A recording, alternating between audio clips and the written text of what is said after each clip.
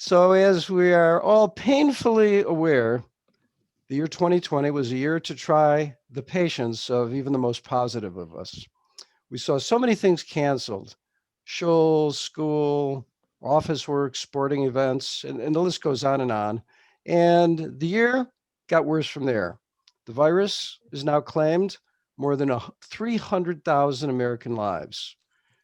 The Memorial Day killing of George Floyd set off nationwide protests against police brutality and racial inequality. And there was this ugly presidential election that further divided a partisan nation. Is there anyone interested in canceling 2020? Anybody vote for that? I think some might be up for canceling the year. So some have an interesting strategy facing the new calendar year, as described in a recent Wall Street Journal article last week titled "One Way to Say Good Riddance to 2020: Light Your Planner on Fire." So apparently, there are quite a few people who want to put 2020 way behind them, and they're seeking catharsis through an original ritual: burning their 2020 calendars. A woman by the name of Annalise Place of Santa Barbara, California, said, "We're going to symbolically put the past in the past." Speaking of using her and her daughter's scheme to toss their unused date books into a backyard bonfire on New Year's Eve. They've already started burning their 2020 calendars. In Orlando, I'm sure we'll be interested in this in the Jewish crowd, instead of writing letters to Santa this year, the Frank family is writing letters to 2020. And when family members get together on Christmas after a 14-day quarantine, they plan to sit in front of the fireplace, read their letters out loud before putting their pages into the flames. Well, I'm not sure that burning calendars is the most effective way to bring in the new secular year, and I don't think that the Olivet Fire Department would recommend doing so either. But I think that we're in agreement that 2020 has been a year that we're looking forward to saying goodbye to. However, given that the new abnormal of 2020 is likely to follow us into next year, so the question is, how can we plan for a 2021 without much of an idea of what at least the beginning of the year is going to look like? With this uncertainty certain to continue, I think that you'll agree that it's in our best interest to try and face our challenges as much as possible and to be proactive rather than reactive. In other words, we have a choice. We can turn inward, suffering from the forces that are beyond our control, or we can work to choose a path that will make the best of the situation in which we find ourselves. So I suggest the latter, and I assume that that's why you're here, to hear some ideas. So tonight's presentation is titled Jumpstarting Change in a Pandemic New Year. So let's just jump right in with the first of 5 ideas that I'd like to share with you. In 2009, long distance runner Jenny Behringer was more than the odds on favorite to win the NCAA cross country championships. The question wasn't whether the University of Colorado senior was going to win, but by how much. Jenny was already the most decorated female college runner in history. She was the American record holder in multiple long distance races. In 2008, she had already made the Olympic team and in the steeplechase, and she would go on later to represent the United States in additional Olympic Games. But to say the results of the 2009 Women's Cross Country Championship race was surprising would be a massive understatement. Jenny Behringer, the greatest female runner in the history of college running, crossed the finish line in 163rd place. So what happened? It wasn't an injury or an accident, but what later she referred to as competitive self-sabotage. In a post-race interview, Jenny tearfully said, "I didn't feel so good halfway into it. It was a wave." Jenny's post-race terse description of her implosion seems to suggest that she had been brought down by a feeling, not anything that was physical. So, is this explanation plausible? According to a psychobiological model of endurance performance, in endurance races, athletes largely pace themselves by how they feel. They have an internal measure of whether to speed up, whether to go steady, to slow down, or when they're just about to collapse. So, therefore, a strategy to thrive in difficult situations, in endurance races, and in an endurance pandemic like the one that we're in, is to adopt an attitude of acceptance toward an impending, unpleasant experience. So we could call this bracing ourselves. And many of us use this attitude instinctively to reduce the unpleasantness of everyday trials. For example, those who unfortunately have to commute for an hour or two each way, or maybe when you're facing a sink full of dirty dishes. So, what does bracing yourself look like from the Torah perspective? The classic Jewish work, Sefer Chinuch, the Book of Mitzvah Education, explains that outward actions and even the words that we use have the power to shape our character and to shape the things that we feel. And as I'm sure you can think of, there are many of the 613 mitzvahs that are actions and speech, which are designed to change our mindset and then eventually our character traits. Our inner self, our rabbis explain, is changed by our actions and by our words. So our hearts and our thoughts are affected by the acts we do and the words that we say. So, following this thought, if the way that we speak to ourselves helps to determine our mindset, we can direct this self talk to brace ourselves in the face of impending difficulties and uncertainty.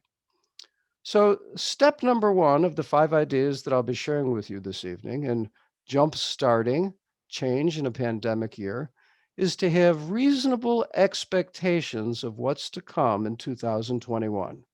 Specifically, be realistic about what we'll be able to get back and what we're going to continue to miss, as well as what we can accomplish in the months ahead.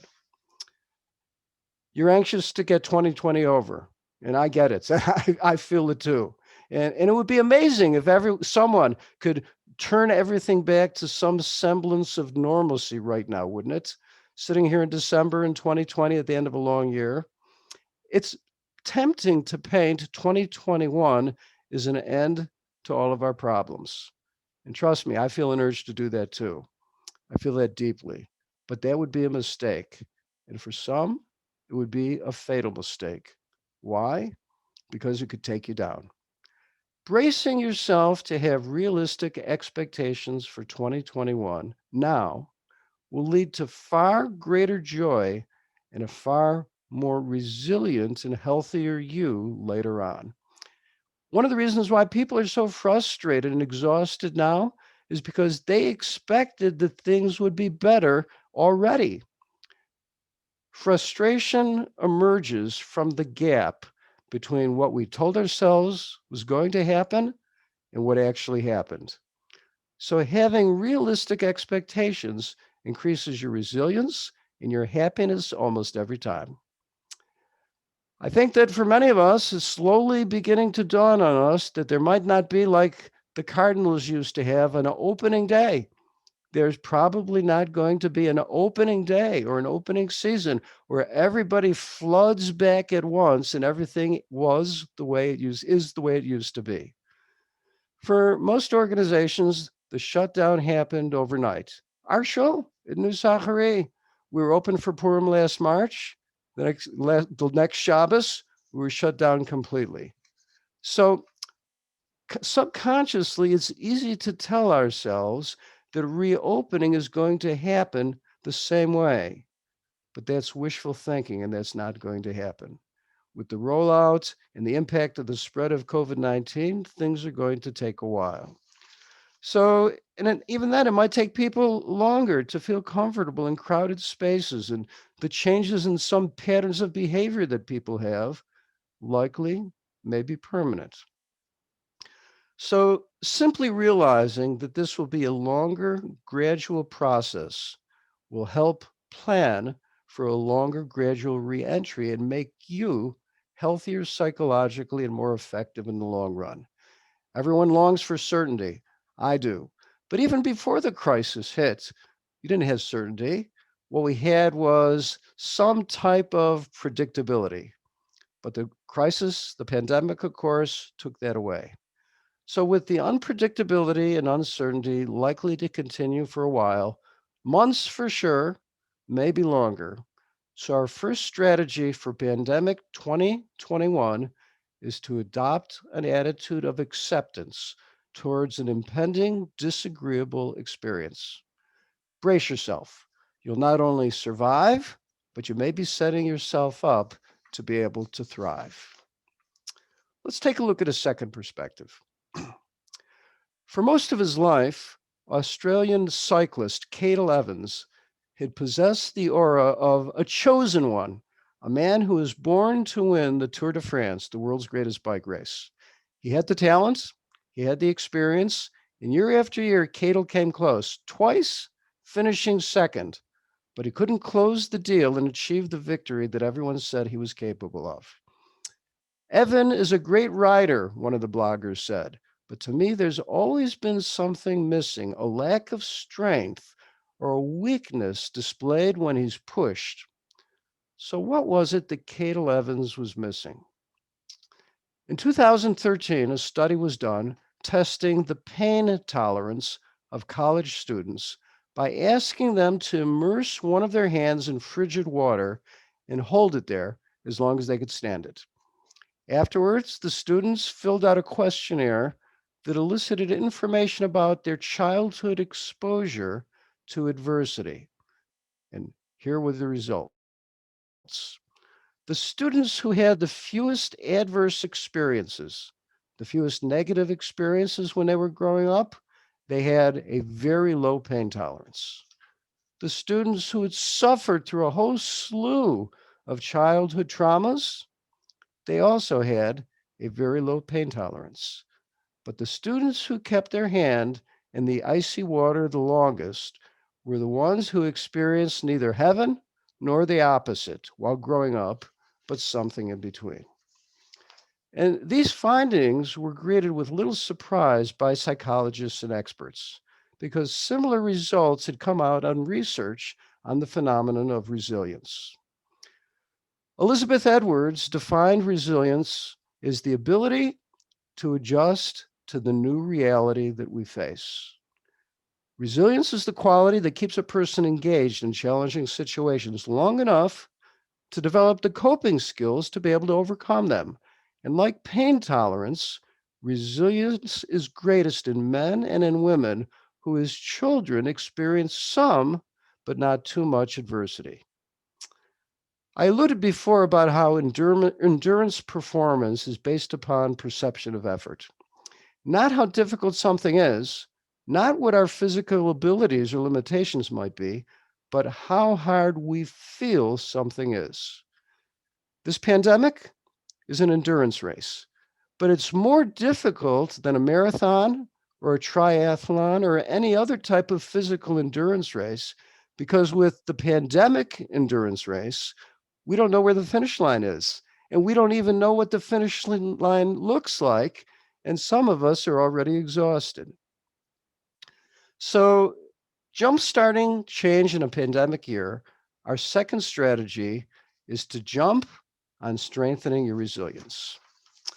Resilience is often referred to as the mother of all coping skills, a general ability to respond to adversity. So, why do non athletes need resilience? Studies indicate that a person with a high tolerance for pain is also likely to have above average capacity to cope with the stress of a job layoff, a cancer diagnosis, God forbid, or many other of the difficult situations that we face in life, such as, to pick a wild random example, dealing with a pandemic.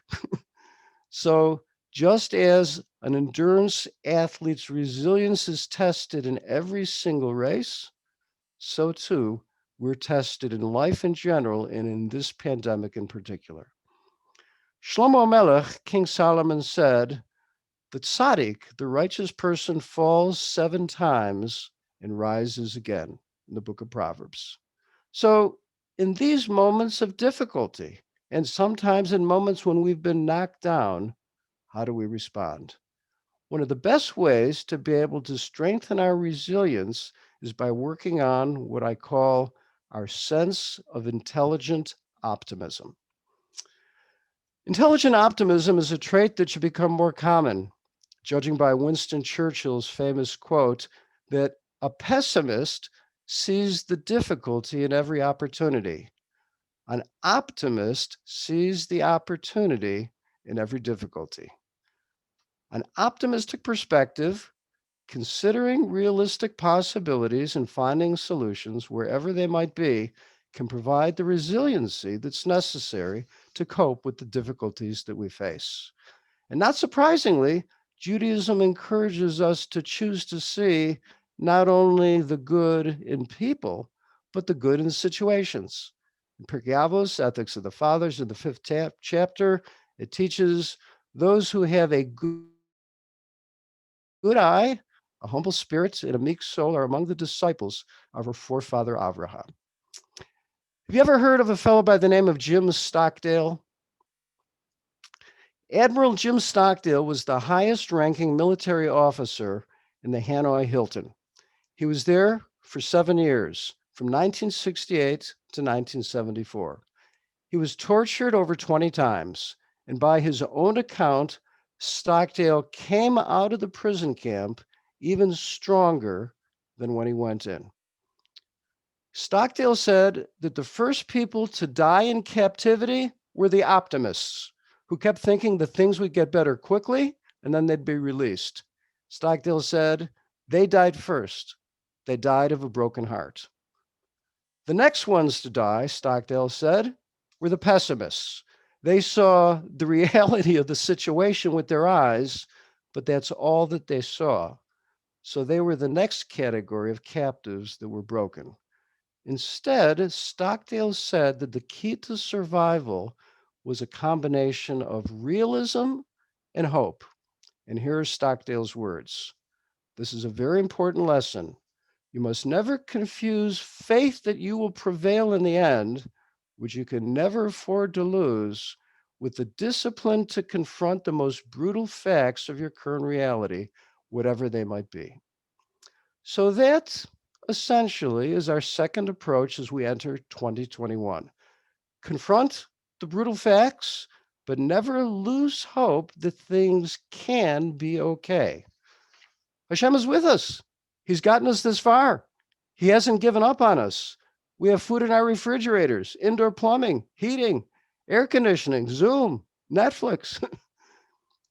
People fall apart when they embrace the extremes. And the pessimists only see what's before their eyes, and the naive optimists only see the ideal. But when you embrace both, you discover true intelligent optimism. So, as we said in step one, brace yourself. Now, look to see what we have, what's possible, and work on your faith and your trust in Hashem. If Admiral Stockdale could come out of 7 years of the Hanoi Hilton prison camp even stronger than when he went in, so why can't we? Don't settle for just surviving the pandemic. We can thrive if we work on our resilience through becoming an intelligent optimist. Let's talk about a third factor that we can think of in approaching the next year. The country Kenya's dominance in long distance running is like nothing else in sports. In a 26-year period of time, beginning in 1986, Kenya won the World Cross Country Senior Men's Competition 24 times, 18 times in a row, and then 6 times in a row, and lost only twice to Ethiopia. In each of the 2 times that they didn't win, they came in second. Abundant evidence exists to support the explanation of Kenya's success in running is due to cultural and environmental factors. Specifically, nations that dominate in a particular sport share one common characteristic. Their people are nutso over that particular sport. When it comes to running in Kenya, the process starts in childhood with millions of Kenyan boys and girls running to school every day. And what's more, when Kenyan children arrive at school, they discover that there are only two sports to choose from: running and soccer. And Kenya has no tradition of success in soccer, but running is seen by young athletes as a realistic way out of the poverty that's so crushingly pervasive in their country. So Kenyans are therefore willing to make huge sacrifices that runners of other nations might not make to be successful in the sport. Sociologist John Brune dubbed this phenomenon the group effect. So, among the factors that can enhance performance are social dynamics. But long before the insights of modern social sciences, Judaism recognized this group effect with the Hebrew term koach hatzibur, the power of the community. A shliach tzibur, the term for one who leads the synagogue tefillah or davening, is a shliach, which means an advocate for the congregation. And while the word tzibur means community, on a deeper level, our rabbis tell us that the word tzibur is also an acronym. Tzadi stands for tzaddikim, those who are righteous. Beis stands for the beinonim, the middle of the roaders. In the Resh, the third and final letter of Tzibur stands for Rishayim, those who are wicked. In other words, to stand before Hashem and represent the community, you have to represent everyone in the community, even the Rishayim, even the wicked. Earlier this month, a California emergency room doctor shared his angst at finding himself having to save the life of a neo-Nazi who arrived at his hospital grasping for breath and needing life-saving treatment. Dr. Taylor Nichols, who works at the Mercy San Juan Medical Center in Carmichael, California, just north of Sacramento, which has been inundated with coronavirus patients in serious condition, had a story to tell. In early December, Dr. Nichols tweeted about one coronavirus patient who was brought in by ambulance. As he and his team removed the badly wheezing patient's shirt to prep him for treatment, they were confronted with large Nazi tattoos. Dr. Nichols said, the swastika stood out boldly on his chest. SS tattoos and other insignia that had previously been covered by his shirt were now obvious to the room, Nichols tweeted. And he added that he was working along with a black nurse and an Asian respiratory therapist. Dr. Nichols said, we all saw the symbols of hate on his body outwardly and proudly announced his views. We all knew what he thought of us. We knew how much he valued our lives. Yet there we were, working seamlessly as a team to make sure that we could give him the best chance to survive that we could. And the irony of this situation is that Dr. Nichols, who is Jewish, had to save the life of a neo-Nazi who said that the patient begged him from his bed saying, don't let me die, doc. Dr. Nichols said, in that moment, I questioned how I felt about it, because being Jewish and seeing that symbol of hate and knowing that that same compassion may not otherwise have been extended toward me if the roles were reversed really made me double down and look into myself and extend that compassion toward him to do everything that I could to save his life. Dr. Nichols assured the man that he and his team were going to work hard to take care of him and keep him alive as best as they could. Dr. Nichols said, we did perform those life-saving measures and intubated him, but that moment caused me to question. I had never quite felt so challenged in that way in my compassion before. And Dr. Nichols said, adding that everybody noticed the tattoos. But he said, concluding his remarks in an interview, but none of us questioned what we were doing.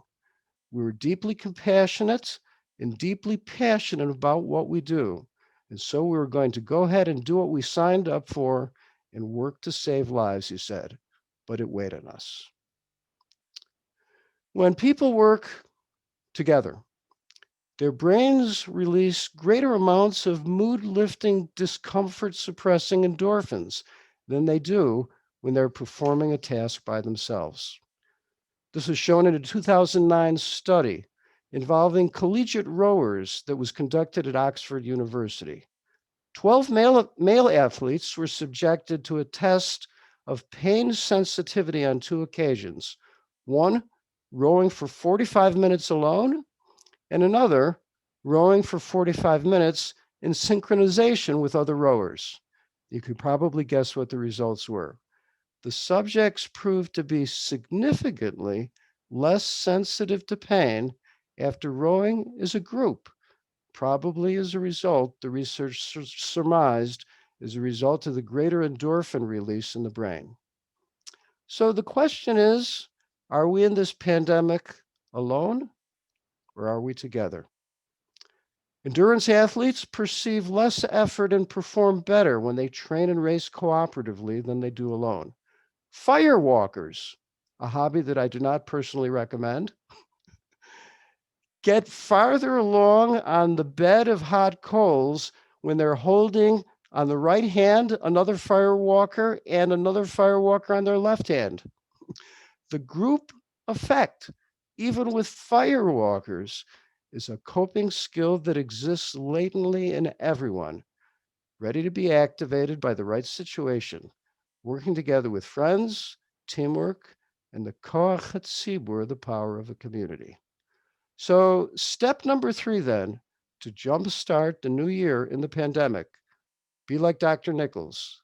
Double down on your compassion to others and do it as part of a community. Step number 4. A colleague of mine was once asked to counsel a couple that was having marriage issues. And they sat in front of him, and within 5 seconds, each one let loose with a barrage of accusations against the other. He never listens to a thing I say. Well, if she wouldn't scream at me, maybe I would. Well, if you'd listened to me the first time, then maybe I wouldn't need to scream. What if you would stop criticizing everything that I do? If you'd think about anyone other than yourself, maybe I could. That's the thanks you give to me? So after a few rallies of this marital tennis match back and forth, the rabbi decided that he had to interrupt. And he said, "Can I just ask you both, what did you come here for? What are you expecting to gain from this meeting?" The woman said, "We want to know if this marriage is beyond repair." The rabbi said, "I can't know that. Only you can. But you'll need to look inside yourselves and answer one simple question. Am I in?" He continued. He said, "If you're in, it means that you believe in us. You believe the connection between you runs deeper than all the issues that are getting in the way. If you're in, so it means that even if you can't see right now how to get there, you deeply want to reach a place of forgiveness, and you'll do whatever it takes to make it happen." He said, "If you're both in, then we can start taking steps to fix things. But if not, there's nothing to talk about. So are you in?" They looked at each other for a long time, and their angry faces started to soften. And finally, the husband said, "I'm in." With a shy smile, she said, "I'm in too." "Okay, great," the rabbi said. "Now you can get back to screaming at each other." But they didn't. And it seemed silly to be throwing accusations once they both knew that they were in this for keeps. Their hearts were reconnected. They were plugged in again. And then the forgiveness could start. This past year has been one of division, polarization, and machlokas in arguments. And as a rabbi, I've witnessed firsthand the emotional toll that this division, accelerated by the pandemic, has taken on people's lives, especially their relationships. One person blocked a childhood friend on social media because he voted for Trump. Another cut ties with a Bernie supporting uncle during the primaries. Almost half of Americans have stopped talking politics with each other. Some people are alienated from lifelong friends because they feel that they're too lax with their social distancing and wearing masks. And others are furious with those who they've been close with for decades and had long relationships with because they perceive them as wild-eyed germ fanatics who impinged upon their rights to freely move around. So, given that social connections are the most valuable contributors to our well being, this finding is particularly distressing during the pandemic. Fractured friendships, ruined family dinners, uncomfortable work conversations, not to mention stress, frustration, and sleepless nights, are among the many negative consequences of the deepened polarization. One study found that because of politics alone, 4% of the people who were questioned said that they've had suicidal thoughts just because of politics. Our health as a nation and our actual mental health is drowning in the vitriol of the division. So while a unified vision and a Barney type I love you, you love me hug may be as a group impossible, but drawing on my experience and guidance from the Torah, I think that there are steps that we could take to get along a little bit better and reduce the price that so many people are paying with their mental health right now and the damaged relationships that will take a lot of work to heal, if at all possible, once we emerge from the pandemic. So, three rules. Rule number one, don't put politics and COVID 19 policies first. Put relationships and people first. Make sure that others know that you value them and your relationship with them over agreeing on a point of view about anything. Rule number two, listen. Our rabbis say in Ethics to the Fathers that all my life I've lived among the sages, one rabbi said, and I never found anything as good as silence. The biggest way to show respect and that the other person matters to you is to listen to them. And third, reach out. Don't seethe. Be honest with yourself. Is there someone you haven't spoken to these past 9 months? Or perhaps is there a cold war that's replaced what was previously a warm relationship? The longer that both of you wait, the harder it's going to be to make up. Reach out first and don't seethe. So many awful things have happened during this past year over which we clearly had no control. The pandemic, ugly politics, civil unrest. But the one thing that we can do starting 2021 is to take off the boxing gloves. When it comes to those in your family, in the shul, and in your life where there's been some tension in the past year, ask yourself the question, am I in? And if you're in, if the other person is in, then you can begin to take steps to begin to fix things. And that's a great way to begin to jumpstart the pandemic new year. Fifth and finally, before he died in 1996 at 100 years of age, comedian George Burns said, "If you ask me what is the most important key to longevity, I would have to say that it's avoiding worry, stress, and tension. And if you didn't ask me, I'd still have to say it." Science suggests that Burns knew what he was talking about. Aging and longevity are influenced by a variety of factors, including genes and lifestyle, but research has proven that mindset has the greatest influence. Specifically, people who have a positive attitude and who don't sweat the small stuff tend to age slower and live longer. Among the first scientists to document this connection was Stephen Jewett, a psychiatrist in New York Medical College. In 1973, in the professional journal Gerontologist, which published Jewett's seminal paper titled Longevity and the Longevity Syndrome. In it, he shared what he had learned from observing 79 men and women between the ages of 87 and 103. And he noted several common personality traits, including freedom from anxiety, optimism, a sense of humor, and a tendency to see life as a great adventure. Subsequent research has buttressed and extended Jewett's findings, and scientists are still trying to find out why these four key personality traits slow the aging process. But regardless, it's clear that emotion plays a significant role in mediating the anti aging effects of personality.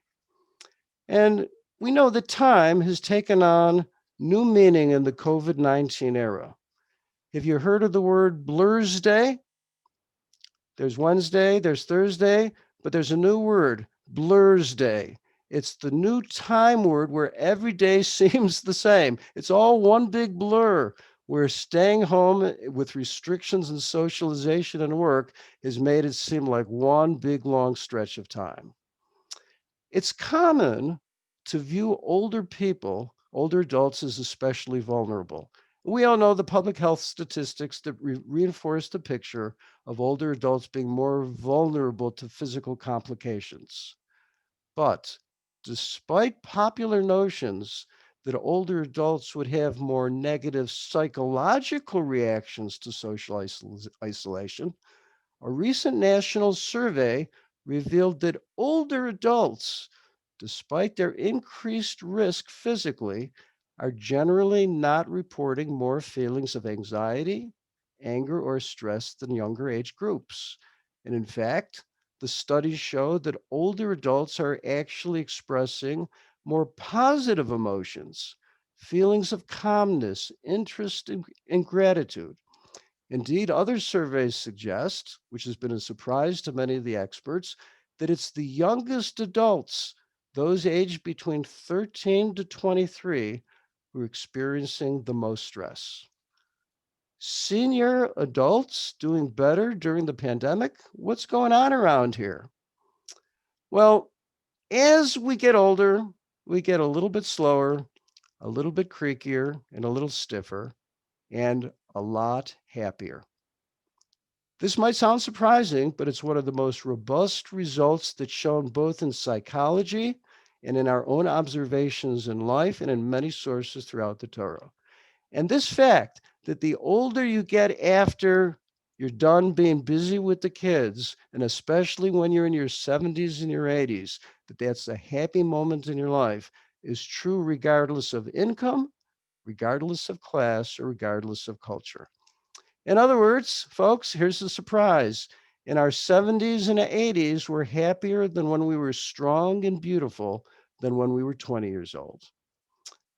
In the Torah, the word for a senior citizen is zaken. In Israel, senior living centers are called moshav zakenim.